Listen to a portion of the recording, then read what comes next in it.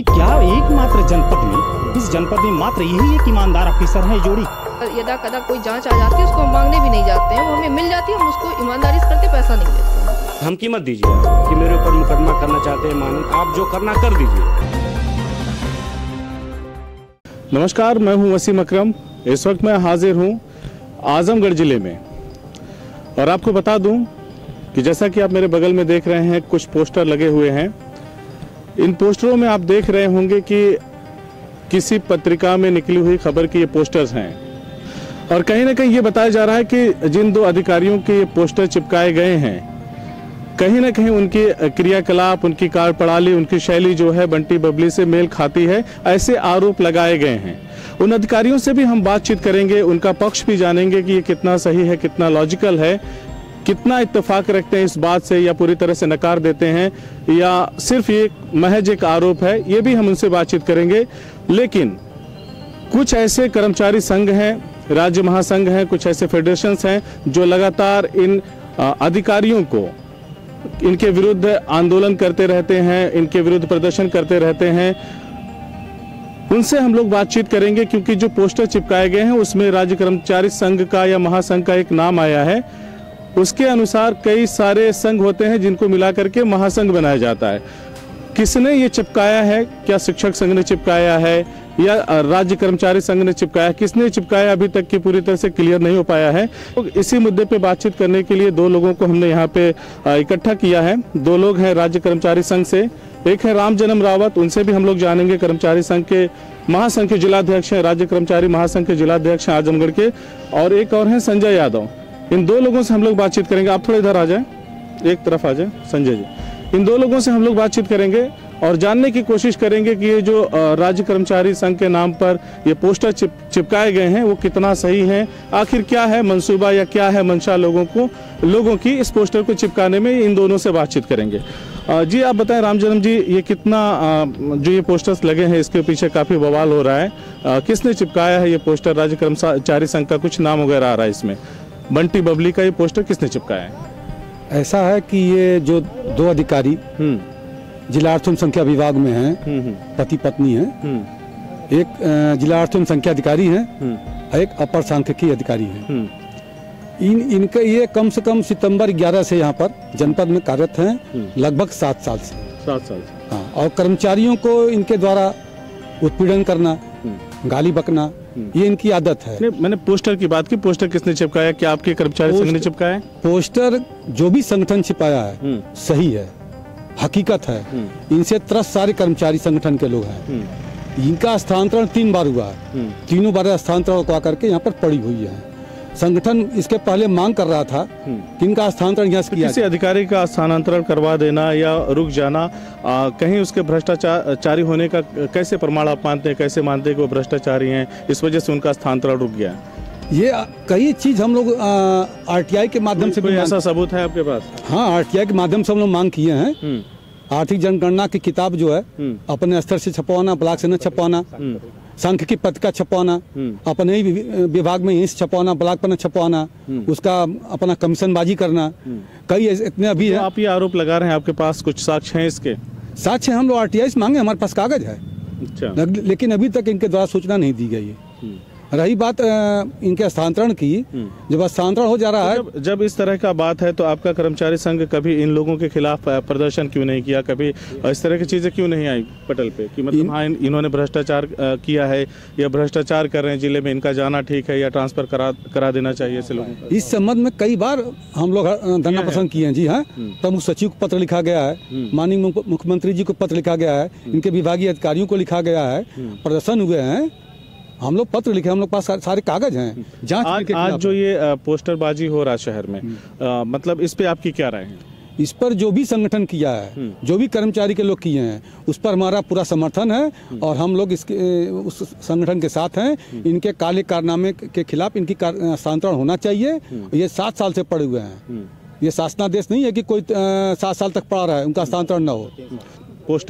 पोस्टरबाजी का दौर शुरू हुआ, फिर इस मसले ने तूल पकड़ा है। अब आपका क्या इस पे ओपिनियन क्या है, क्या राय है आपकी, क्या होगा आगे? देखिए ब्रदर, पोस्टरबाजी का जो सवाल कर रहे हैं आप, तो महासंघ के अभी अध्यक्ष जी की बात आपने सुना ये आवाज़ 2013 से इनके खिलाफ महासंघ उठाता रहा है।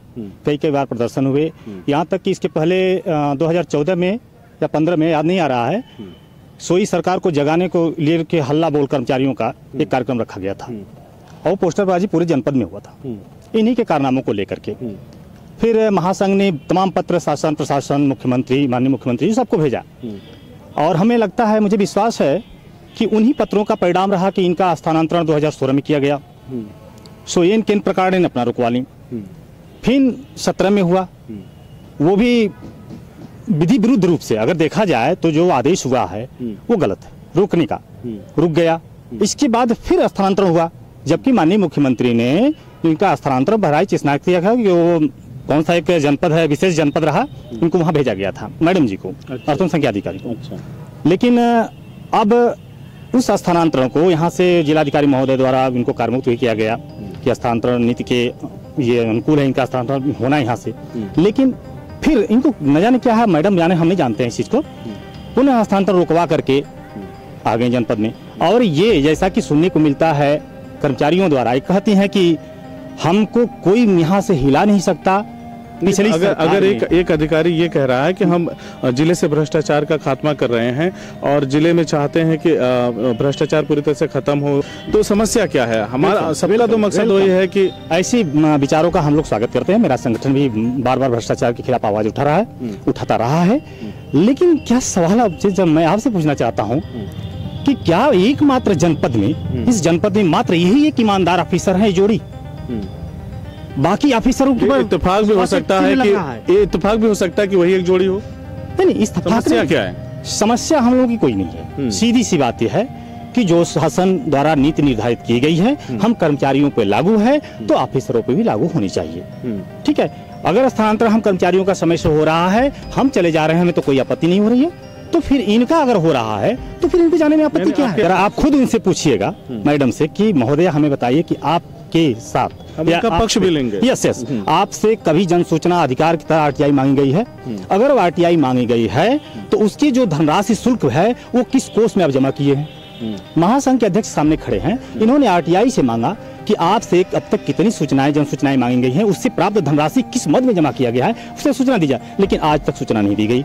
आर्थिक गणना 2012 का, जिसमें तमाम ऐसे मैटर आए, महासंघ ने आरटीआई के माध्यम से मांगा कि उसमें धनराशि को किस मदों से व्यय किया गया, वो सूचना नहीं दी गई। सांख्यिकी पत्रिका जो ब्लॉक पे बनती है, समाज आर्थिक समीक्षा ब्लॉक पे बनती है, उसमें जो निर्धारित होते हैं कि हर ब्लॉकों से पत्रिका प्रकाशित की जाए, उसमें महासंघ ने आरटीआई मांगा, इनके द्वारा एक भी जवाब नहीं दिया गया। तो ये क्या भ्रष्टाचार नहीं है? अगर वो साफ दाखिल नहीं, बिल्कुल जवाब नहीं, उनसे पूछिए जाकर कि मैडम ने आपने जवाब दिया तो हमें दे दीजिए प्रति। ये स्थिति क्या, ये भ्रष्टाचार नहीं है? तो भ्रष्टाचार का राग आलापना ये अलग बात है, और सरकारी सेवक है, हमको नीति निर्धारित नीतियों की तरफ काम करना है, ये अलग बात है। आप राज्य कर्मचारी संघ से हैं, एक सवाल लूंगा आपसे इससे जुड़ा हुआ। सिस्टम तय करता है कि किसका ट्रांसफर होगा नहीं होगा, या व्यक्ति विशेष या अधिकारी तय करेगा? ये सिस्टम तय करेगा। सिस्टम तय एकदम शासनादेश है कि कोई भी कर्मचारी वर्तमान ट्रांसफर हो गया तो रुका कैसे? हाँ, यही तो सवाल खड़ा होता है, यही तो अहम मुद्दा है। आपके कर्मचारी संघ ने क्या किया? देखिए, कर्मचारी संघ ने बहुत सारे आवाज उठाए पहले, लेकिन ये बार बार जब स्थानांतरण इनको यही अच्छा लगता है तो संघ कहा कि अब रहने दीजिए, अब इनको रहना है अपना रहे, हमें कोई मतलब नहीं। लेकिन जो पोस्टर हुआ है, अब देखिए महासंघ में बहुत सारे संगठन जुड़े हुए हैं, चाहे कलेक्टेड है, पीडब्ल्यूडी है, आरईएस है, तमाम विभाग हैं, पीआरडी है, सिंचाई विभाग है, लेकिन किस संगठन ने ऐसा काम किया है तो स्वागत योग्य काम, लेकिन ये निकल के नहीं आ रहा है कि किस कर्मचारी संगठन ने काम किया है। तो लेकिन उस जैसा कि महासंघ के अध्यक्ष ने कहा कि मुझे उनका समर्थन है, तो बिल्कुल उससे कर्मचारी संघ की तरफ से उस संगठन को समर्थन है जिसने ये पोस्टर छपाया है। तो जैसा कि आपने देखा कि अधिकारी द्वय के खिलाफ, जो पति पत्नी भी हैं और अधिकारी भी हैं, उन दोनों के खिलाफ जो पोस्टरबाजी हुई है आजमगढ़ जिले में, कहीं ना कहीं जिला प्रशासन की साख पे भी बट्टा लगा रही है पोस्टरबाजी। उन दोनों अधिकारियों डॉक्टर अर्चना सिंह और सुनील सिंह से भी बात करेंगे कि उनके बातों में क्या है, उनके तर्क क्या है, उनका भी पक्ष हम जानेंगे और उनसे बातचीत करेंगे। आखिर में हम उस व्यक्ति का वर्जन लेंगे और बयान चलाएंगे और आपको भी दिखाएंगे जिनके लेख से ये पत्रिका से निकल करके पोस्टर बना है, ये बंटी बबली का किस्सा। हम आगे उन लोगों से बात करेंगे और आप अंत तक फैसला करिएगा कि भ्रष्टाचार की जड़ें किस हद तक आजमगढ़ में अपना पैर जमा चुकी हैं, कुछ लोग स्वतः अपने आप को ईमानदार घोषित करने की जो प्रक्रिया उन्होंने बना रखी है वो कितनी जायज़ है, कौन सही है कौन गलत है, इसका फैसला हो सकता है अंत तक ये वीडियो देख करके आपको समझ में आ जाएगा। लेकिन इससे पहले हम लोग चलते हैं, उन अधिकारियों से बातचीत करेंगे और उस वरिष्ठ पत्रकार से बातचीत करेंगे जिसने अपनी कलम का बेबाकी से इस्तेमाल किया है और उसकी लेखनी पत्रिका से निकल करके पोस्टर में तब्दील हो चुकी है। तो जैसा कि मैंने बताया, मैंने राज्य कर्मचारी संघ के और महासंघ के कुछ लोगों से बातचीत किया। उसके बाद जैसा मैंने कहा था कि हम उन अधिकारियों से भी बातचीत करेंगे और उनका भी पक्ष जानेंगे कि जो ये आज पोस्टरबाजी हुई है, जो पत्रिका से निकल करके एक खबर पोस्टर बन चुकी है, उसके बारे में अधिकारियों से भी जानेंगे, उनका भी पक्ष जानेंगे, उनका भी इस पे क्या कहना है वो चीज़ आपको दिखाएंगे। तो मैं इस वक्त हाजिर हूँ आजमगढ़ जिले के विकास भवन में और मेरे साथ बैठी हैं डॉक्टर अर्चना सिंह। उन्हीं से जानते हैं कि उनका क्या कहना है इस पोस्टरबाजी पे और क्यों इस तरह की घटनाएं हुई हैं। मैम, स्वागत है आपका। Thank you. आपसे पूछना चाहूँगा कि ये जो पोस्टरबाजी हुई है इसका क्या उद्देश्य है, मतलब क्यों ऐसा किया गया है, इस पे आपका क्या कहना है? ये तो हम लोग का मोरल डाउन करने के लिए सब षड्यंत्र रचा जा रहा है। इसमें जिस पत्रिका का भी शार्प रिपोर्टर में एक पन्ना था जिसको मुफ्त में विकास भवन कलेक्ट्रेट और मुझे बाद में पता चला कि ये फ्री में बांटी जा रही थी ये पत्रिका, मेरे ऑफिस में कोई दे के गया, तो ये सब प्रायोजित है। वो पत्रिका वाले को भी कम से कम हमसे एक मेरा पक्ष तो पूछ ही लेना चाहिए। इस तरह के जजमेंट स्टाइल में किसी अधिकारी के बारे में उस पत्रिका में ऐसा कुछ था कि एक तरफा था, ऐसा कुछ था? नहीं, उसमें ऐसा कोई बड़ी बात नहीं लिखी है, लेकिन फिर जिस तरह से भी किसी की छवि को धूमिल करने के लिए उस पत्रिका ने बिना मेरा पक्ष जाने इस तरह से निकाला, ये बहुत गलत बात है। हमारी उनसे बात भी हुई थी कि कम से कम आप इस तरह की चीज़ों पे लिख रहे हैं, छवि धूमिल करने का काम कर रहे हैं, तो कम से कम एक बार आप हमसे बात तो किए होते। आप इस तरह से जजमेंट स्टाइल में किस तरह से आप निर्णय सुना दे रहे हैं, ऐसा लिखा हुआ है उसमें। मुझे बहुत कष्ट भी हुआ था इस बारे में कि हम लोग जितना हो सकता है मतलब ईमानदारी से और जो हमें काम मिलता है ईमानदारी और निष्ठा से उसको कर रहे हैं, और उन लोगों में आप भी शामिल हो गए तो उनको भी तकलीफ हुआ था इस बात का। अब भाई हमने कहा कि अब क्या फ़ायदा है इस तकलीफ को आप व्यक्त भी करेंगे, अब तो जो करना था उन लोगों का काम हो चुका है, अब वो इसको लेके इसको आपको क्या लगता है कौन लोग ऐसे हैं? अब उसका पोस्टर बना दिया है, इस पोस्टर का अखबार का न्यूज़ बनाएंगे, फिर उस अखबार को दिखाएंगे, फिर अखबार के न्यूज़ से फिर पोस्टर बनाएंगे। तो ये चाहते हैं कि जो इनके पास जांचें हैं जो मैनेज नहीं कर पा रहे हैं, इस वजह से वो बहुत परेशान है। जो सोशल सेक्टर की हम लोगों ने 50 करोड़ के घोटाले पकड़े हैं और मुख्यमंत्री जी भी रिक्वेस्ट किया था कि अगर हमें माहौल प्रशासन का उचित माहौल मिलेगा तो हम 1 करोड़ घोटाला और 10 फर्जी टीचर में प्रतिमाह कर देंगे। लेकिन जिस तरीके से परिस्थितियां यहाँ पर डेवलप की जा रही हैं, एकदम हैरस करना, बेइज्जत करना, मोरल डाउन करना, देखिए ये भी उसी का सब रिफ्लेक्शन है। आपसे एक सवाल लूंगा इस पे, जैसे कि आपने मुख्यमंत्री जी का हवाला दिया कि आपने उनसे कहा कि अगर शासन प्रशासन की तरफ से हमें सहायता मिलती है तो हम लोग जिले से तकरीबन औसतन 1 करोड़ के घोटालों का पर्दाफाश करेंगे हर महीने, या 10 फर्जी टीचर को हम लोग बेनकाब करेंगे, जनता के सामने लाएंगे। तो मतलब आपको क्या लगता है कि सिर्फ आप ही इस काम को कर सकती हैं, कोई दूसरा अधिकारी नहीं कर सकता? इसके बारे में क्या कहना है? आप खुद ही दूसरे अधिकारियों के पास जांचें आती हैं, उनके खिलाफ क्या वो पूरा प्रशासन के हमें छोड़कर सभी बहुत ईमानदारी से चल रहा है, पूरा सिस्टम एकदम सही है। आप खुद ही उनकी जांच आख्याएं निकलवा के देखिए। हमारी ही जांच आख्याओं में हमेशा अनियमितताएं, घोटालों का पर्दाफाश होता है और हमारे पास कोई जो है कोई लाभार्थी परक योजना नहीं है कि पब्लिक हमें बहुत ज़्यादा पब्लिक से हमारा कोई जुड़ाव नहीं रहता है। हमारा तो अधिकारियों से रिपोर्टिंग करना, मॉनिटरिंग करना, और जो उच्च अधिकारी हमको कोई यदा कदा कोई जांच आ जाती है उसको हम मांगने भी नहीं जाते हैं, वो हमें मिल जाती है, हम उसको ईमानदारी से करते, पैसा नहीं लेते हैं और मैनेज नहीं होते हैं। एक बार कही जाती है, एक बात बार बार कही जाती है आजमगढ़ के मीडिया सर्कल में भी और आम जनता में भी, कुछ लोग ऐसे हैं जो ये बात को करते रहते हैं। हो सकता है कि आपकी वो धुर विरोधी हों, इस वजह से बातें कहते हों, लेकिन उनके द्वारा ये कहा जाता है कि क्या सिर्फ भ्रष्टाचार आजमगढ़ में है? अगर ये इतने निपुण और योग्य अधिकारी हैं तो क्या अन्य जिलों में भ्रष्टाचार का खात्मा नहीं होना चाहिए? जो शासन की नीतियाँ हैं कि अगर आप मंडल में हैं तो 7 साल या किसी जिले में है तो 3 साल तक ही कर्मचारी अधिकारी रह सकता है, फिर उसका ट्रांसफर होता है शासन नीति के। उसके अगेंस्ट में जाकर के आप लोगों ने जिस भी तरीके से अपने स्थानांतरण को रुकवाया हो या जो भी दलीलें दी हो, ये कितना लॉजिकल है, कितना जायज है? क्या भ्रष्टाचार अन्य जिलों में नहीं है, उसका वहां पे आप लोगों की जरूरत नहीं है, ऐसा लोग पूछ रहे हैं? नहीं, देखिए हमको यहाँ पर जो भी हमने यहाँ वर्क किया था वो उसमें काफ़ी चीज़ें और घोटाले किए जा सकते थे, तो हमने मुख्यमंत्री जी से बात की, उन्हें भी लगा कि नहीं उनको लगा कि नहीं एक अधिकारी ने वर्क किया हुआ है तो उन्होंने मुझे रोका। कोई हम रुकवाए नहीं है अपना, पहली चीज। यानी शासन की भी नीति कहीं ना कहीं ये है, शासन की नीति है कि भ्रष्टाचार का खात्मा हो। हाँ, मुख्यमंत्री जी ने हमें यहाँ रहने दिया, ठीक है आपने इतना वर्क किया है और आप इसको आगे बढ़ा के करिए, पूरा इसलिए रोका गया है, हमने रुकवाया नहीं है। पहली चीज तो ये मैसेज है कि हमको कोई शौक है यहाँ रहने का, ऐसा कुछ नहीं है। हमको मौका मिला है, उन्होंने दिया है, तो हम कोशिश करेंगे कि हम पूरी ईमानदारी, देखिए हम पैसा नहीं लेते हैं, सारी दिक्कत लोगों को इसी से हो रही है।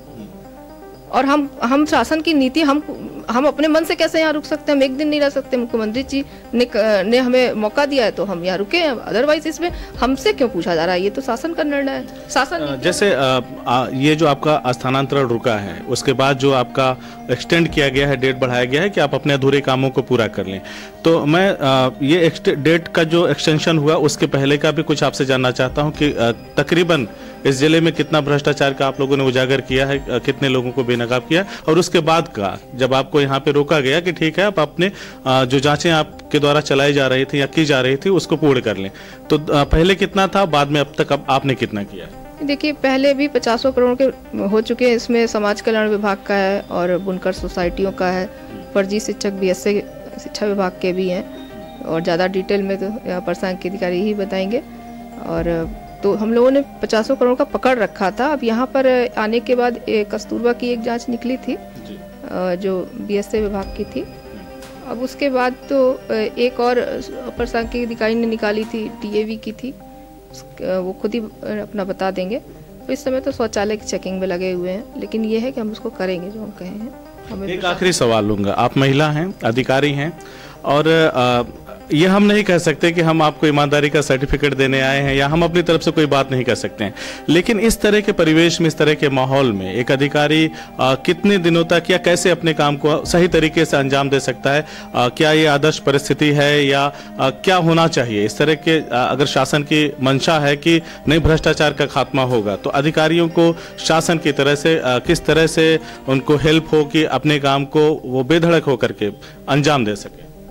देखिए बहुत मुश्किल होता है, लेकिन फिर भी हम लोग का जज्बा बना हुआ है, ईमानदारी के प्रति हम लोग डिवोटेड है। कोशिश पूरी रहेगी कि हम लोग जो दे सकते हैं, जो अपने कलम से कर सकते हैं, वो हम हमेशा जनता के हित में काम करें। हम पैसा नहीं लेते हैं। अगर कोई पैसा मांगने का तथ्य प्रस्तुत कर दे, साक्ष्य लाते, तो जैसा कि मैंने पहले भी कह रखा है, हम इस्तीफा दे देंगे। हम पैसा नहीं लेते हैं। यानी कहीं से कोई साबित कर दे कि आपने भ्रष्टाचार किया है, पैसे खाए हैं या लिए हैं, तो आपका कहना है कि मैं इस्तीफा रिजाइन दे दूंगी? तो साक्ष्य लाके दे दें, क्योंकि इस सबसे दिक्कत इनको इसी बात से हो रही है कि ये मैनेज नहीं हो रहे। वरना ऐसा थोड़ी है ना कि सारी जांचें जिले भर की मेरे ही पास हैं और भी अधिकारियों के पास है, वहाँ कोई दिक्कत नहीं है, सब कुछ ठीक चलता है। हम ये नहीं कह रहे कि बाकी अधिकारी जो है गलत है या जो है, लेकिन फिर भी मेरे ही पीछे को, मेरे विभाग में तो कोई पब्लिक डीलिंग भी नहीं, कोई योजना ही नहीं है, तो हम कैसे? हमारे पास एक यदा कदा एक आध जांच है जिसको हमने ईमानदारी से पकड़ा है और जो है हम उसको आगे बढ़ाएंगे। हमें प्रशासन का सहयोग मिलेगा तो हम उसको आगे बढ़ाएंगे। आपने अपनी सारी बातें बता दी कि आप किस तरह से अपने काम को अंजाम दे रही हैं, आप पैसा नहीं लेती, हालांकि आरोप लगते रहे हैं और पत्र पत्रिकाओं में छपते रहे हैं कि भ्रष्टाचार का एक खुला खेल हो रहा है बंटी बबली के माध्यम से। वो बंटी बबली शीर्षक कितना हद तक आपको आहत करता है और आपका उस पर क्या कहना है? कितना सही है या आपका उससे मतलब ये कहूँ कि कितना मॉरली कितना आपका नुकसान, या जो भी आप कहना चाहें? नहीं, ये तो बहुत ही घटिया काम किया इस पाशार पर, बिना हमारा पक्ष जाने मुझे इस तरह के बंटी बबली कहना। हमारे पास टाइम नहीं है, लेकिन हमारी उनसे बात हुई थी तो उन्होंने भी व्यक्त किया था, लेकिन उसका उन्होंने कुछ रिएक्शन नहीं किया। ठीक है, जो कह रहे हैं, लेकिन ये है कि ये बहुत गलत बात है और बिना किसी का पक्ष सुने, ये इसके लिए मैं आपका शुक्रिया भी अदा करूंगी कि आपने इतना आया तो मेरा कम से कम पक्ष तो लिया। जो भी न्यूज़ में आप कम से हमारे पक्ष आ जाएगा, ये बहुत गलत चीज़ है, इससे मुझे कष्ट हुआ, लेकिन मेरा मनोबल नहीं कम हुआ है। तो जैसा कि मैंने बताया कि मैं उन अधिकारियों की भी बातों को आप तक पहुंचाऊंगा कि उनका क्या कहना है। ये जो पोस्टरबाजी हुई है, ये जो भ्रष्टाचार की बात चल रही है आजमगढ़ में, कोई अधिकारियों पे आरोप लगा रहा है, अधिकारी कह रहे हैं कि मैं अपना काम पूरी ईमानदारी के साथ कर रहा हूँ या कर रही हूँ। जैसा कि डॉक्टर अर्चना जी से हमने बात किया तो उन्होंने कहा कि हम अपना काम को ईमानदारी से करते हैं और पैसा नहीं लेते हैं, इसीलिए लोगों को समस्या होती है। खैर, मेरे हाथ में इस वक्त वो पत्रिका है, ये उसी पत्रिका का पेज है, मैं आपको जो दिखा रहा हूँ और इसी पत्रिका के इसका जो टोटल मटेरियल है जो प्रिंट हुआ है वही उस पोस्टर में छपा हुआ है। खैर देर न करते हुए मैं सीधा बातचीत करूंगा अपर सांख्यिकी अधिकारी सुनील सिंह से। वो बताएंगे हमें कि ये जो पोस्टरबाजी हुई है उस पर उनका क्या कहना है। जी स्वागत है आपका। धन्यवाद आपको। क्या कहेंगे जो पोस्टरबाजी हुई उस पर आपका क्या कहना है? अब ये जो पोस्टरबाजी है तो ये तो बहुत पहले से ही कर रहे हैं, 2013-14 से ही पीछे लगे रहते हैं। तो चूँकि हम 12 जुलाई 12 में आए थे, तो उसके बाद सीडीओ साहब ने एक नरेगा की जांच वगैरह दिया था, तो उसको हमने बड़े मानक तरीके से जांच कर दिया था और उसमें कई फर्जी एक आदमी 6 जॉब कार्ड बना के लोगों ने नरेगा में किया था। तो पहली बार हमने जनपद में इसको उजागर किया, जिससे पूरे जनपद के सभी गिरफ्तारी वगैरह कुछ हुआ तो उस पर कुछ एक्शन था? तो उस पर पूरे जिला से मतलब इस तरह का डबलिंग को हटवाया गया था। और लेकिन उस जांच रिपोर्ट को भी दबा दिया गया डीआरडीए से, मतलब उस पर कोई कार्रवाई नहीं हुई अंतोगत्वा लास्ट में। और उससे क्या हुआ कि जो संगठन के और सारे लोग लग करके फिर अन्य सब मुद्दों को लेकर के धरना प्रदर्शन वगैरह भी किए खूब। और हमारी मिसेज जो जिला अर्थ संख्या अधिकारी हैं डॉक्टर अर्चना सिंह, इन लोग के खिलाफ। और फिर तो ये चलता रहा, तो हम लोग इससे जूझते रहे। फिर जो भी जांचें इस मध्य मिलती रहीं तो उसको पूरी उसी तत्परता से ईमानदारी से करते रहे। क्योंकि हम लोग पहली बार ऐसा अनुभव हुआ कि भ्रष्टाचार पकड़ने में इतना संघर्ष करना पड़ता है, तो हमें और अपने को प्योर रखते हुए ये सब चीज़ों को बखूबी किया गया। लोग चर्चा कर रहे हैं कि कोई अपने आप को बेईमान थोड़ा ही कहता है। लोग कहते हैं कि कोई अपने आप को कैसे कहेगा कि मैंने बेईमानी की है, मैंने पैसा खाया है। तो अपने मुंह से कहाँ तक कहना वाजिब है या सही है? इसके कुछ तथ्यात्मक प्रमाण आपके पास हो तो उसके बारे में। बिल्कुल, क्योंकि हम बस इतना जानते हैं कि अगर हमारे बाप कहा करते थे कि बेटा मुंह खाएगा तो आँख ल जाएगा, तो इसलिए हम रोज़ दोहराते रहते हैं कि हम लोग पैसा नहीं लेते हैं, ताकि कोई भी आदमी आके ये न कहने पाए कि अगर हम लोग लेते तो उसको भी पता होगा कि ये ऐसे बोलते हैं, तो अगर कहेंगे तो वह बाहर आ जाएगा। तो इसलिए इस बात को हम लोग हमेशा याद करते रहते हैं, जैसे राम का नाम लेने से आदमी में शुद्धता बनी रहे। हाँ, तो इस बात को करते रहते हैं। और सबसे बड़ी बात है कि आज तक एक्सरसाइज करते रहते हैं, क्योंकि कोई भी अधिकारी ये कह के तो देखे कि हम पैसा नहीं लेते हैं पब्लिकली। ये बोलने का आज के डेट में कोई नहीं मानेगा। हाँ, नहीं, ये कोई बोल के भी तो देखे अधिकारी। जितनी भी जांच रिपोर्टें हमारी, आरोप है कि आप जांचों के नाम पे जब जांच जिसके खिलाफ करते हैं उससे दूसरे रिसोर्सेज से पैसे का लेन देन होता है, ऐसे भी आरोप लगे। तो हमारी कोई जब भी अगर किसी से कोई पैसा लेगा तो जांच रिपोर्ट में तो लिखेगा ना कि हमने इनको निराधार पाया। तो जब हमारी कोई जांच रिपोर्ट निराधार है ही नहीं है तो आदमी देगा क्यों?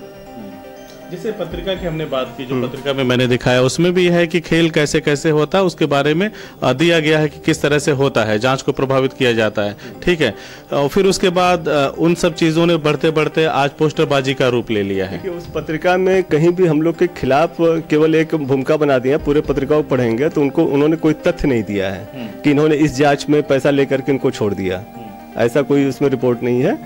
और वह केवल एक कहानी तरीके से बनाया गया है। और अब तक हमारी जांचों में हमने 50 करोड़ रुपए के सोशल सेक्टर के घोटाले उजागर किए, विधवा पेंशन, वृद्धा पेंशन, छात्रवृत्ति में। और अभी भी मेरे पास जो 8-9 से लेकर के 13-14 तक के डाटा को हमने कंपाइल किया हुआ है। और करीब 20 करोड़ के घोटाले के साक्ष्य मेरे पास अभिलेखी स्टाइल से उपलब्ध हैं। उसी बेस पे हमने मुख्यमंत्री जी से भी प्रेयर किया था, हम लोग दोनों दंपत्ति ने, हम कि अगर हमें अवसर प्रदान किया जाए तो हम हर महीने उस जो डाटा कंपाइल है उसमें से हम 1 करोड़ रुपए के घोटाले का उजागर कर सकते हैं। और चूँकि इसी प्रकार हमने प्राइमरी टीचरों के भी ये सब करने के पीछे मंशा क्या होती है? ठीक है, आप ईमानदारी से अपना काम करते हैं, मंशा क्या है आपकी? आप क्या करना चाहते हैं? मंशा मतलब हमारे जो मुख्यमंत्री जी लोगों का जो भ्रष्टाचार के खिलाफ जीरो टॉलरेंस भ्रष्टाचार नीति है, तो उससे, और हम बचपन से ही बड़ा जनता का देखते थे कि सारे सिस्टम भ्रष्टाचार की भेंट चढ़ी हुई है। तो हम अपने कक्षा 10-11 से ही मतलब इस मामले में हम बहुत ज़्यादा सोचते थे कि हमें अवसर मिलेगा तो हम ईमानदारी से ये सारे काम करेंगे। तो जब हमें अवसर मिला हुआ तो उसको हमने पूरी ईमानदारी से करते हैं। और हम दोनों मियाँ बीवी हैं, हम तो अपना वेतन इसी काम में लगाते। अभी हमने बुनकर सोसाइटी में कोई 40 लाख का 11 सोसाइटियों में पकड़े थे। अभी 150 ऐसी करीब 200 और सोसाइटियाँ हैं जो इस तरह से अनुदान लिए हुए थे, करीब 30 करोड़ रुपये। उनकी भी जांच चल रही थी, उसको भी जांच को ये लोग बाधित किए हुए हैं। अगर उसकी भी जांच कर दें तो उसमें भी करीब 2500 करोड़ के घोटाले निकल जाएंगे, ये सारे लोग जेल जाएंगे। अच्छा, आपको जांच मिलने की प्रक्रिया क्या है? बहुत सारे लोगों से हमने बातचीत किया है और उन लोगों ने बातचीत में ऐसे कहा है कि आप लोग स्वतः जाकर के जांच अपने हाथ में लेने की डिमांड करते हैं, मांगते हैं कि हमें ये जांच दी जाए। और साथ ही साथ ये भी कहा जाता है कि आपकी पत्नी आपकी हेड है, मतलब आपके सीनियर हैं, तो कहीं ना कहीं फाइलें वो आपके लिए जो क्रीम फाइलें होती हैं वो आपको वो पास आउट करती हैं ताकि अच्छे से वो भ्रष्टाचार का खेल हो सके। इस पे आप क्या कहना है? देखिए, हमारे यहाँ जो भी जांच आता है तो हम विभागीय रूप से मतलब हमारे इस काम में को ही नामित कर रखा गया है कि जो भी जांच मतलब नामित होगा या चीज़ें उसको मतलब फाइलिंग और अथवा जांच में सहयोग करने का, तो ये तो एक तरीके से हमको हमारे वर्क रूल में ही उन्होंने मतलब आदेश है, ठीक है। और जांच लेने के लिए हम लोग डीएम साहब के यहाँ किसी से कहने की हमें जरूरत नहीं होती है। और ये अमूमन ये होता जरूर है कि जब कोई नए डीएम आते हैं या सीडीओ आते हैं तो मैं अपने कार्यों से उनको ये अवगत करा देता हूं और ये बता देता हूं कि महोदय हमें जिलाधिकारी इन जिलाधिकारी महोदय ने हमें इन कार्यों के लिए जांच के लिए प्रशस्ति पत्र दे रखा है। और हम कोई भी चीज़ें हैं ईमानदारी से ही करते हैं, तो वो एक आध दो जांच देख करके देख लेते हैं कि जब हम अच्छे से पकड़ देते हैं तो उनको आवश्यकता लगती है तो फिर वो नामित करते हैं जांच करने के लिए। हाँ, क्योंकि उसी के साथ अन्य अधिकारी भी जब प्रशासन को पकड़वाना होता तो हमारे यहाँ भेज देते हैं और उसे हमें मांगने का करने का नहीं होता। हाँ, अब ये है कि विगत 5-6 सालों से यहाँ रहने से जनता इस बात को जान गई है, पेपर में छपने से कि ये लोग अच्छे से पकड़ते हैं, तो इसका वो डीएम और सीटीओ के यहाँ इसका डिमांड करते हैं कि हमारी जांच नामित किया जाए। उसके बाद हम खत्म करेंगे और उस पत्रकार से भी, उस संपादक, पत्रिका के संपादक से भी उनसे बात करेंगे जिन्होंने ये आर्टिकल छापा था। और उसके बाद यहाँ से पोस्टर की कहानी सामने आई। आपसे 2 सवाल लूँगा क्योंकि अभी भी मुझे उसमें से एक का जवाब नहीं मिला है और आखिरी सवाल पूछ करके वहीं से ख़त्म करूंगा।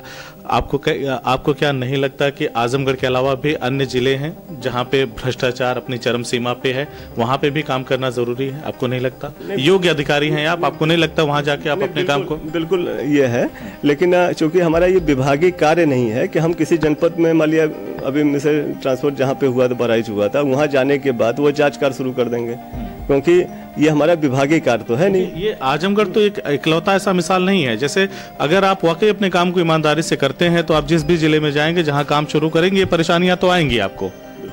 देखिए, हम अन्य जनपद में जाकर के कहीं भी जांच शुरू तो कर नहीं सकते हैं, क्योंकि हमारा ये विभागीय कार्य नहीं है।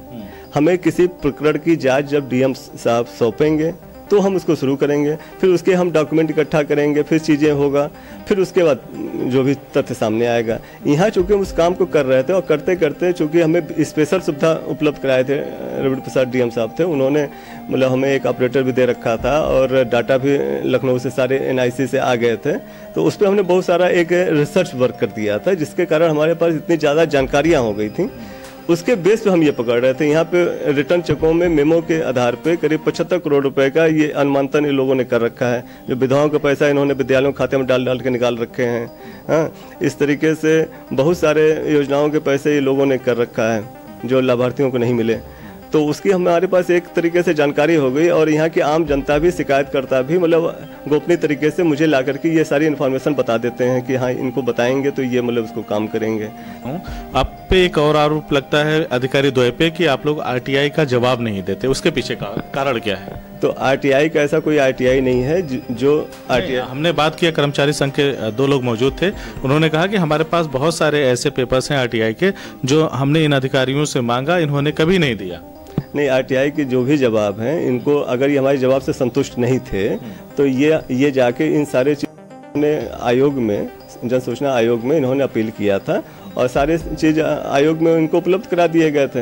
हाँ, तो आज तक हम लोग किसी भी मामले में आयोग से दंडित तो हुए नहीं कि नहीं मतलब आपने इनको दिया नहीं है। अगर कोई दंडित किया हो आयोग तो ये दिखावे तो हम मानेंगे कि हाँ मतलब इनको सूचना नहीं मिली है।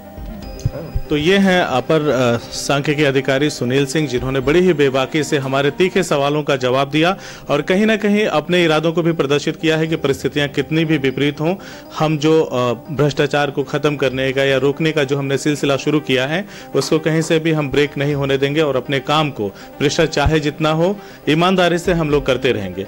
अब हम लोग एक और सज्जन बच गए हैं, इस पत्रिका के संपादक, उनसे हम लोग बातचीत करेंगे और उनका भी पक्ष जानेंगे कि आखिर किस आधार पर उन्होंने इस तरह तरह का आर्टिकल लिखा जो पत्रिका से निकल करके आज दीवारों पर पोस्टर की शक्ल में चिपका हुआ है, चस्पा हुआ है। उनसे भी हम उनकी राय जानेंगे और उसके बाद हम इस खबर को यहीं पे खत्म करेंगे। उनकी राय जानने के बाद इस खबर को खत्म करेंगे, फिर बाकी फैसला आप करिए, जनता करे, क्योंकि जो सरकारें बनती हैं वो चाहती हैं, उनका पहला एजेंडे में शामिल रहता है कि हम भ्रष्टाचार को खत्म करेंगे। जिला प्रशासन की, अधिकारियों की भी यही नीति होती है। नेता अक्सर अपने भाषणों में कहते रहते हैं कि हम जीरो टॉलरेंस पे भ्रष्टाचार को लेके आएंगे, भ्रष्टाचार बिल्कुल भी नहीं होने देंगे। लेकिन उनकी बातों में कितनी सच्चाई है, या अगर इनकी बातों को माने, अधिकारी द्वय की बातों को माने, तो इन्होंने कितनी ईमानदारी से अपने काम को किया है, ये यही जानते हैं। फाइलों में सारे आंकड़े सिमटे हुए हैं। तो इस बात से भी अंदाजा लगाया जा सकता है कि किस तरह से, अगर वाकई में जिले में भ्रष्टाचार का खेल हो रहा है, तो किस परिस्थिति में अधिकारी काम करते हैं, ये सोचने का विषय है। और अगर लोगों के आरोपों में सत्यता है तो निश्चित तौर पे इस पर जांच करना जरूरी है कि क्या अधिकारी वाकई में ईमानदार हैं या ईमानदारी का ढोंग रचा जा रहा है। ये अपने आप में तथ्यात्मक विषय है। इस पे बहुत ही विचार मंथन करना होगा शासन को, प्रशासन को, और जो वाकई सही रास्ता है, जो सटीक रास्ता है, जो वाकई भ्रष्टाचार को खत्म करने की कवायद चल रही है, अगर उसको सही तरीके से जमीनी सतह पे लाना है तो निश्चित तौर पे इस विषय को, ये जांच परक विषय है, इस पर जरूर शोध करना चाहिए, जांच करना चाहिए कि हकीकत क्या है। अगर कोई ईमानदारी से अपना काम कर रहा है तो उसको करते रहने देना चाहिए। तो जैसा कि मैंने आपको बताया, पत्रिका से लेकर पोस्टर तक की कहानी में जो बंटी और बबली का कहानी छपा था शार्प रिपोर्टर में, उस कहानी ने पत्रिका से पोस्टर का रूप अख्तियार कर लिया। हमने राज्य कर्मचारी संघ के लोगों से और महासंघ के कुछ लोगों से भी बातचीत किया। उन्होंने शासन की नीतियों का हवाला दिया। उसके बाद जैसा कि हमने आपसे कहा था कि हम अधिकारियों का भी पक्ष रखेंगे, और हमने उन दोनों से बात भी किया। तो देर न करते हुए सीधा हम लोग बातचीत करेंगे वरिष्ठ पत्रकार और शार्प रिपोर्टर के संपादक अरविंद सिंह जी से। सर, स्वागत है आपका। जी धन्यवाद। सर, सबसे पहले उस विषय में बात करें आपसे, लेकिन उसके पहले मैं एक सवाल लूंगा। ये जो बंटी बबली का आर्टिकल आपने लिखा था, उस पे आगे जाने से पहले एक सवाल लूंगा आपसे। मीडिया में आप भी हैं, हम भी हैं, स्तर बड़ा या छोटा हो सकता है, सोच का, विचारों का फर्क हो सकता है, लेकिन आज के दौर में जो मीडिया की विश्वसनीयता है उसके विषय में आपसे जानना चाहूंगा, ये कितना तार्किक है और कितना सही है?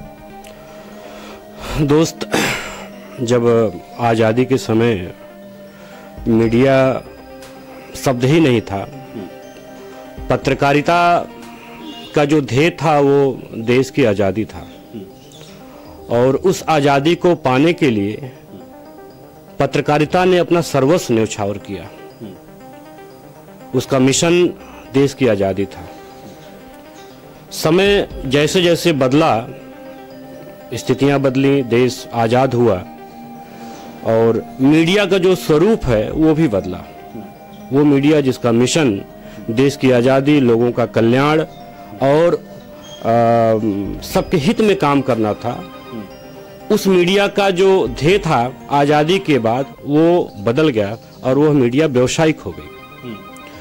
मीडिया के व्यवसायिक होने में कोई बुराई नहीं है, बिल्कुल। कोई भी धंधा अपने पेशे का जो लक्ष्य होता है, जिस लक्ष्य से धंधा किया जाता है, उस लक्ष्य के अनुसार हो तो उसमें कोई बुराई नहीं है। लेकिन जब लक्ष्य से भटक जाता है तो उसमें तमाम तरह की खामियां, तमाम तरह की दिक्कतें आ जाती हैं। मुझे लगता है आज के दौर की जो पत्रकारिता है, जो मीडिया है, वह कहीं न कहीं से भटकाव के रास्ते में है। इस भटकाव के रास्ते में उसका अगला लक्ष्य क्या है ये तो कह पाना बड़ा मुश्किल है, लेकिन हम कह सकते हैं कि संक्रमण काल है। हम किसी सत्ता के साथ मिलके उसके सुर में सुर मिलाने लगते हैं, तो वो सत्ता के साथ मिलते हैं तो वो मीडिया हमारी लिए अच्छी होती है, मतलब सत्ता के लिए अच्छी होती है। जब जनता की बात, हम जन पक्षधर नहीं होते हैं, तो फिर वो हमें लगता है कि मीडिया का जो लक्ष्य है वो ये है कि वो हमेशा से विपक्ष की भूमिका में होनी चाहिए। मीडिया हमेशा से विपक्ष की भूमिका में रही है और उसको रहना चाहिए। उसको जनता के सवालों को हमेशा उचित मंच से उठाना चाहिए। अगर वो ऐसा नहीं कर रही है तो अपने उद्देश्य और अपने धर्म का पालन नहीं कर रही। सर, मैंने आपसे ये जो सवाल लिया था उसके पीछे का कारण ये था कि अक्सर मीडिया पे आरोप लगता रहता है कि हमने मैनेज नहीं किया तो, या मैनेज नहीं कर पाए तो उन्होंने इस तरह की खबरें चला दी। आपने भी एक खबर चलाई और उसमें हालांकि इस तरह की बातें तो नहीं आई, लेकिन एक बात जरूर निकल के आई कि बगैर जाने समझे आपने वो आर्टिकल लिखा था और आज उस आर्टिकल की वजह से वो पत्रिका से निकल करके पोस्टर का रूप अख्तियार कर लिया है उस आर्टिकल ने। और कहीं ना कहीं लोगों को, उन अधिकारियों को लगता है कि जो हम भ्रष्टाचार के खिलाफ, जो उनका ये बयान है कि हम भ्रष्टाचार के खिलाफ अभियान छेड़े हुए हैं, और उन्हें कहीं ना कहीं लगता है कि उस पर ब्रेक देने की कोशिश मीडिया कर रहा है। इस वजह से आपसे ये सवाल लिया है। आपके उस आर्टिकल के विषय में अगर बात करें तो कितना तथ्यात्मक और कितना सही है? आपके पास ऐसे कौन से एविडेंस या ऐसे कौन से दस्तावेज थे जिसके आधार पर आपने इस तरह का आर्टिकल लिखा? दोस्त, लगभग 20 साल की पत्रकारिता में मैंने आज तक कोई ऐसा आर्टिकल या लेख मैंने नहीं लिखा जो बगैर तथ्य के हों। मैं या तो नहीं लिखता हूं या तो लिखता हूं, और जब लिखता हूं तो उसके पीछे पूरी मीमांसा, उसके परिणाम और वो किस आशय से लिखा जा रहा है, इन बातों का बिल्कुल ध्यान दिया जाता है। तो जिस आर्टिकल की बात कर रहे हैं आप, बंटी बबली या सुनील सिंह और अर्चना सिंह जी के बारे में, तो उस आर्टिकल के लिखने के पीछे का जो कथानक ये है कि मुझे डॉक्यूमेंट्स तो बहुत पहले मिल गए थे इनके बारे में, तमाम माध्यमों से मैंने सुन भी रखा था कि ये लोग बहुत ईमानदार हैं, और एक पूरा माया इनके पक्ष में रचा गया था, पूरा एक माहौल बनाया गया था इनके पक्ष में कि बहुत ईमानदार लोग हैं। कितना ईमानदार है मैं नहीं जानता हूँ, लेकिन मैं इतना अपने आर्टिकल के बाद कह सकता हूँ कि ये लोग ईमानदार नहीं है। आप मानते हैं इस बात को? हाँ, इस बात को मानते हैं, क्योंकि ईमानदार व्यक्ति के लिए कोई भौगोलिक परिसीमा नहीं होगी। मैं ईमानदार यहाँ हूँ और मुझे अगर कहीं और भेजा जा रहा है ईमानदारी दिखाने के लिए, मैं कहीं भी काम करूंगा। 75 जनपद है भाई, पूरी धरती है, मैं कहीं भी काम करूंगा। मुझ पर जो शासन करने वाला व्यक्ति है, जब सत्ता है, शासन है, या कह लीजिए नियमावली बनी है, मुझे उसके अनुसार काम करना पड़ेगा। मैं पत्रकार हूं तो मुझे कहीं अलग से कोई अधिकार नहीं मिल गया है, लेकिन उस बात को उस तरीके से रखना मेरी जिम्मेदारी है और जवाबदेही भी है।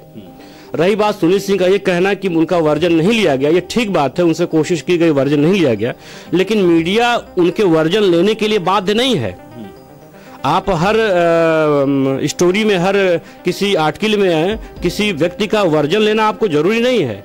अगर आप संतुष्ट हैं, तो अपनी स्टोरी से संतुष्ट हैं, तो उसमें वर्जन की कोई जरूरत। लगता है कि अगर आपके पास तथ्य या उसके एविडेंस वगैरह पर्याप्त मात्रा में है, तो किसी भी व्यक्ति का वर्जन लेना जरूरी नहीं है। वर्जन आप ले भी सकते हैं, नहीं, वो कंडीशन पर डिपेंड करती है। तो मुझे लगा कि मैं संतुष्ट हूँ।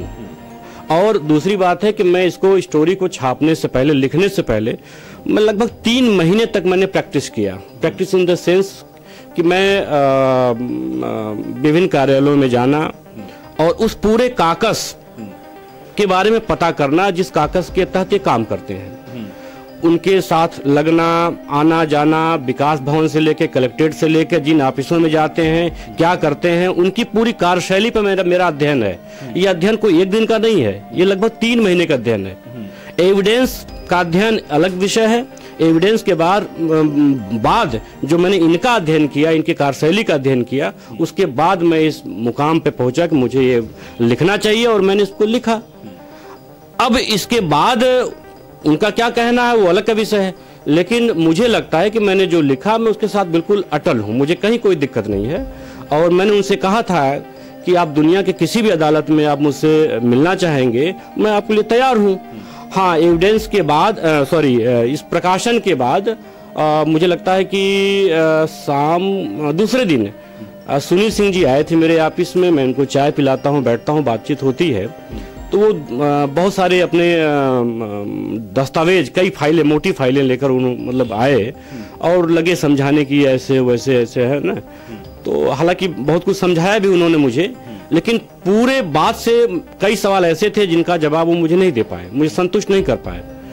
तो फिर भी मैंने कहा कि अगर आपको लगता है कि आप अपने हिस्से का सच नहीं कह पाए तो मुझे आप भेज दीजिए, आप व्हाट्सएप कर दीजिए, मेल कर दीजिए। तो उसके बाद उन्होंने भेजा या नहीं भेजा वो तो अलग का विषय है, लेकिन इनके एक वकील का फ़ोन आया, अधिवक्ता का फ़ोन आया, और उन्होंने बताया कि मैं हाई कोर्ट में प्रैक्टिस करता हूं और आपने ऐसे ऐसे स्टोरी आपने किया है, लिखा है, तो मैं आपके ऊपर मानहानि का मुकदमा करना चाहता हूं, तो आप कृपया पता बता दीजिए अपना।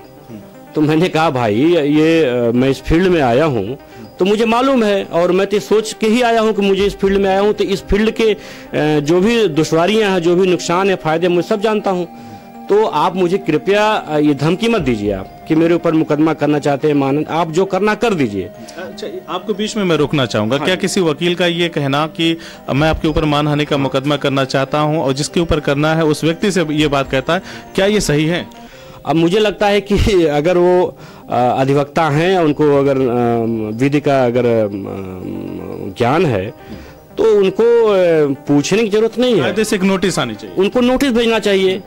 तो नोटिस भेजना ही मुकदमा नहीं हो जाता, नोटिस के बाद हम जवाब देते हैं उनको। तो हालांकि ऐसे कई केस हुए हैं, लगभग अभी इसी अंक, जिस अंक में इनका छपा हुआ है, इसी अंक में मुझे लगता है कि गाजीपुर की भी एक स्टोरी किया गया था, उस पर भी नोटिस आई है। तो अब नोटिस आना, तो ये तो मुझे लगता है कि अगर आप काम कर रहे हैं तो इन सब चीजों का ध्यान नहीं देना चाहिए, सब आता रहता है। आप जो कर रहे हो वो ईमानदारी से करना चाहिए, आपका लक्ष्य क्लियर हो कि आपको करना क्या है। बाकी सब चीजें आती जाती रहती हैं। मुझे इस संदर्भ में उनके किसी बात का कोई असर नहीं हुआ, और यही वजह है कि मुझे लगता है कि ये पोस्टर क्यों छपा, कैसे छपा, ये तो मैं नहीं जानता हूं, लेकिन ये है कि शार्प रिपोर्टर के लिए एक उपलब्धि है कि आप जिन बातों को आप कह रहे हैं, उन बातों को आजमगढ़ का जो कर्मचारी संघ है उसको सहमति देता है, उस पर समर्थन देता है। और वो पोस्टर पूरे जनपद के जितनी भी सरकारी बिल्डिंगें हैं, इमारतें हैं या प्राइवेट हैं, निजी हैं, सब पे चस्पा हो जाती हैं। तो यह आजमगढ़ की पत्रकारिता में कम से कम मुझे लगता है, मेरी जितनी याददाश्त शक्ति है, जितनी मेरी उम्र है, मुझे कभी देखने को नहीं मिला। तो ठीक है, वो उनका अपना है और मैं अपनी स्टोरी के साथ हूँ। देखिए, ये उनका बड़बोलापन है और मुझे लगता है कि ये अतिरेक होता है। इनकी जांच कैसे होगी? इनकी जांच के लिए आदेश होता है, कमेटी बनती है, उसमें कोषाधिकारी, जो मैंने अध्ययन किया है इनके डॉक्यूमेंट्स पे, तो जो उसके बाद में अब जो फाइंड आउट मैंने किया उस पर मैं आपसे बता रहा हूँ कि कोषाधिकारी जांच अधिकारी होता है, बीएसए होता है और सीडीओ भी होता है। तो ये इनकी जांच ही नहीं हो पाती है। इनसे जब दस्तावेज मांगा जाता है, इनसे जब जवाब मांगा जाता है तो इनका जवाब नहीं आता है। तो फिर बाद में हार मानकर वो कोषाधिकारी या जांच अधिकारी तत्कालीन जो इनकी जांच करता है, वो कह देता है मेरे बस की जांच नहीं है। तो अब आप बताइए, इनकी जांच वो नहीं कर सकता है, यानी इनकी जांच नहीं हो सकती है, जांच के दायरे में नहीं आ सकते हैं, ये लोगों की जांच करेंगे। अरे भाई, मैं पत्रकारिता कर रहा हूं तो जरूरी नहीं है, अगर मुझे आपको लगता है कि यहाँ कहीं गलत है तो मेरी भी जांच होनी चाहिए, ठीक है, मेरे संसाधनों की भी जांच होनी चाहिए।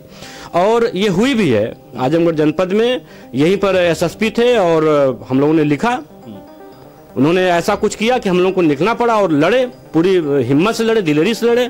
लिखा गया हद में रहो कप्तान। उन्होंने मेरी जांच किया, जांच करा के देख लिया। रमेश शर्मा नाम है, इस समय आईजी शायद बना इलाहाबाद होंगे या कहीं होंगे। तो ये उससे नहीं है। आप ईमानदार कहने से कोई ईमानदार नहीं होता है। ईमानदारी दिखती है, बोलती है, वो आपके बॉडी लैंग्वेज में दिखती है ना। तो आप कितना ईमानदार हैं वो उसका सर्टिफिकेट उन्हीं के पास है, तो मैं नहीं कुछ मुझे कहना है। लेकिन मैं अपनी स्टोरी के साथ हूं और कृपया करके मैं उनसे ये निवेदन करूंगा कि यदि ईमानदारी दिखाना है तो आप कहीं भी दिखाइए। राज सत्ता या शासन जिसके निर्देश पे आप काम करते हैं आप लोग, तो उसका निर्देश अगर बनारस ट्रांसफर का है तो आप वहां भी जाइए। आपको अगर बहराइच भेजा जा रहा है तो वहां भी जाइए, आप वहां भी ईमानदारी दिखाइए। और सांच को कभी आंच नहीं होती है, जहां दिखाएंगे वहीं भी आपको समझ में आ जाएगा कि नहीं मैं ईमानदार हूं, और लोगों को ये हाथ लेंगे आपको। समस्या यह है कि आपको पूरी ईमानदारी सिर्फ आजमगढ़ में दिखानी है। आपका ये कहना है कि मैंने फाइंड आउट कर लिया है, मैंने इतने दस्तावेज इकट्ठा कर लिया है, मैं इस पे आगे बढ़ रहा हूँ, दूसरा कोई आएगा तो उसको कुछ आगे नहीं बढ़ेगा, तो ये आपकी गलतफहमी है। आप अकेले व्यक्ति हो तो क्या अकेले व्यक्ति पूरा प्रदेश को चला लेगा? है ना, ऐसे नहीं चलेगा। ये आप सिस्टम ऐसे नहीं चलता है। मैं ही कहूँ कि मैं पत्रकारिता का अंतिम ईमानदार हूँ और मेरे बाद ईमानदार बचेंगे नहीं, तो ये मेरी गलतफहमी है, मेरा बड़बोलापन होगा, ठीक है ना। तो ये चीजें मुझे लगता है कम से कम उनको ये बात शोभा नहीं देती है। और साथ में जिलाधिकारी का बावजूद ये आदेश, जबकि शासन का आदेश है कि अब उनको अन्यथा और कोई जांच न दिया जाए। अभी जब इनका स्थानांतरण हाल में जो हुआ तो एक आदेश भी पकड़ाया गया इनको कि अब 3 महीने के अंतर्गत, मतलब मुझे लगता है मार्च तक का उनको समय दिया गया, 31 मार्च उनका लास्ट डेट है, जितनी जांचें पेंडिंग हैं जिसके आधार पर इन्होंने रुकवाया अपने स्थानांतरण आदेश को, तो वो उस समय तक, उस सीमा तक ये अपना पूरा कर लें। अब नया जांच जिला प्रशासन द्वारा उनको न दिया जाए। इस आदेश के बाद भी जिला प्रशासन द्वारा इनको कई जांचें देता है और उसको जांच के लिए आगे बढ़ते हैं, तो ये मुझे लगता है कहीं न कहीं जिला प्रशासन भी इस मामले में गंभीर नहीं है और गंभीरता से इस बात को नहीं ले रहा है। यह शासन के आदेशों की अवहेलना है। अब ये अंतिम ईमानदार हैं, ये वही कह सकते हैं, कम से कम मैं नहीं कह सकता। अपनी स्टोरी के इतने समय के बाद मैं आपसे पूरी ईमानदारी से, पूरी निष्पक्षता के साथ, अब पूरे साहस के साथ कह सकता हूँ कि आप अपनी जगह अडिग हैं। आपने जो लिखा है, जो छापा है, वो बिल्कुल सही है। तो ये है अरविंद सिंह जी, जो संपादक हैं शार्प रिपोर्टर के। उन्होंने जो आर्टिकल लिखा था, उस आर्टिकल के साथ वो आज भी हैं। उनका ये कहना है कि अगर ईमानदारी दिखानी है तो उसके लिए कोई भौगोलिक सीमा तय नहीं होती, वो कहीं भी जाके की जा सकती है। और जो शासन की नीतियां हैं, जो नियमावली है, उसको भी हमको पूरा करना होता है। तो जैसा कि हमने शुरू में ही बताया था कि जो सुबह से बंटी बबली का ये खेल चल रहा है, जो आर्टिकल से शुरू होकर के पोस्टर तक पहुंच चुका है। हालांकि अरविंद जी ने इसे अपनी एक उपलब्धि बताया है कि शार्प रिपोर्टर का वो आर्टिकल पोस्टर की शक्ल में गली गली में चस्पा हो रहा है और उस पर कुछ लोगों का कहना है कि ये कुछ अधिकारियों की बदनामी का सबब है। और उन अधिकारियों ने अपनी बातों में कहा कि हम जिनके खिलाफ अभियान छेड़े हैं, ये उनकी घबराहट का नतीजा है जो पोस्टर की शक्ल में नजर आ रहा है। भ्रष्टाचार का खेल क्या है, कैसा है? क्या सिर्फ भ्रष्टाचार आजमगढ़ में है या सिर्फ इसको आजमगढ़ से खत्म करने की जरूरत है? ये कहां नहीं है, पूरे उत्तर प्रदेश में या देश के कोने कोने में नहीं है, ये हर जगह फैला हुआ है पूरी तरीके से। तो क्या कोई अगर अधिकारी ये कहे कि हम अपने किए गए कार्यों को आगे बढ़ाने के लिए हमें इस जिले में रहना है, वो कितना तार्किक है? हमें दूसरी जगह पे ट्रांसफर ना किया जाए, बस यहीं पे रखा जाए, ये कितना सही है? इन सारे बातों पर आप जनता फैसला करे, जो बुद्धिजीवी वर्ग है वो फैसला करे कि क्या सही है, क्या गलत है। हम लगातार अपनी खबरों के माध्यम से ये दिखाने की कोशिश कर रहे हैं कि सच्चाई क्या है, हकीकत क्या है। आम जनता क्या सोचती है इनके बारे में एक बड़ा सवाल है। हम लगातार ऐसी खबरों को आप तक पहुंचाते रहेंगे और आप जागिए और सिस्टम से सवाल पूछना शुरू करिए कि वाकई क्या भ्रष्टाचार का नंगा खेल आजमगढ़ में चल रहा है या भ्रष्टाचार आजमगढ़ के बाहर नहीं है। ऐसी तमाम खबरों को हम लगातार आप तक पहुंचाने की कोशिश करते हैं और पहुंचाते भी रहते हैं। बस आप अपना प्यार और आशीर्वाद ऐसे हमारे साथ बनाए रखिए ताकि हम सच के उस सतह तक आपको लेके जाएं जो आपका उसको जानना बेहद ही जरूरी है। अब यहीं पर हम अपनी इस स्टोरी को खत्म करते हैं और आपके लिए एक सवाल छोड़ के जा रहे हैं, क्या वाकई में आजमगढ़ में भ्रष्टाचार का खुला खेल हो रहा है? यह सवाल आपके लिए है। आप सोचते रहिए और ऐसे ही देखते रहिए CIB इंडिया न्यूज। शुक्रिया। अगर आपको हमारी खबर अच्छी लगी तो खबर को लाइक करें, शेयर करें और चैनल को सब्सक्राइब जरूर करें। साथ ही स्क्रीन पर दिख रही घंटी को दबाएं ताकि आप तक हमारी सभी खबरों के नोटिफिकेशन पहुंचते रहें।